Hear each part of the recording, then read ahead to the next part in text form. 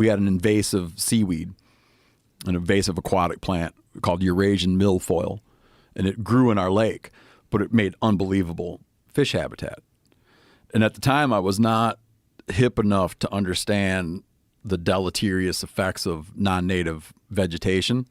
I just knew that when you wanted to catch a fish, you went to the milfoil bed because all the fish were hiding in the milfoil.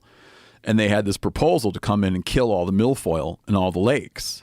And I went down and I remember I was in high school. I went down and I remember I was the sole person there to represent like the milfoil side of the argument.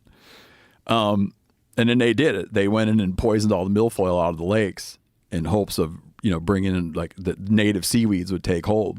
But it absolutely transformed the lake. And from a fishery perspective, not a perspective of native habitat, but from a pounds of fish perspective, the pounds of fish, like the biomass of fish declined by pulling out the weeds.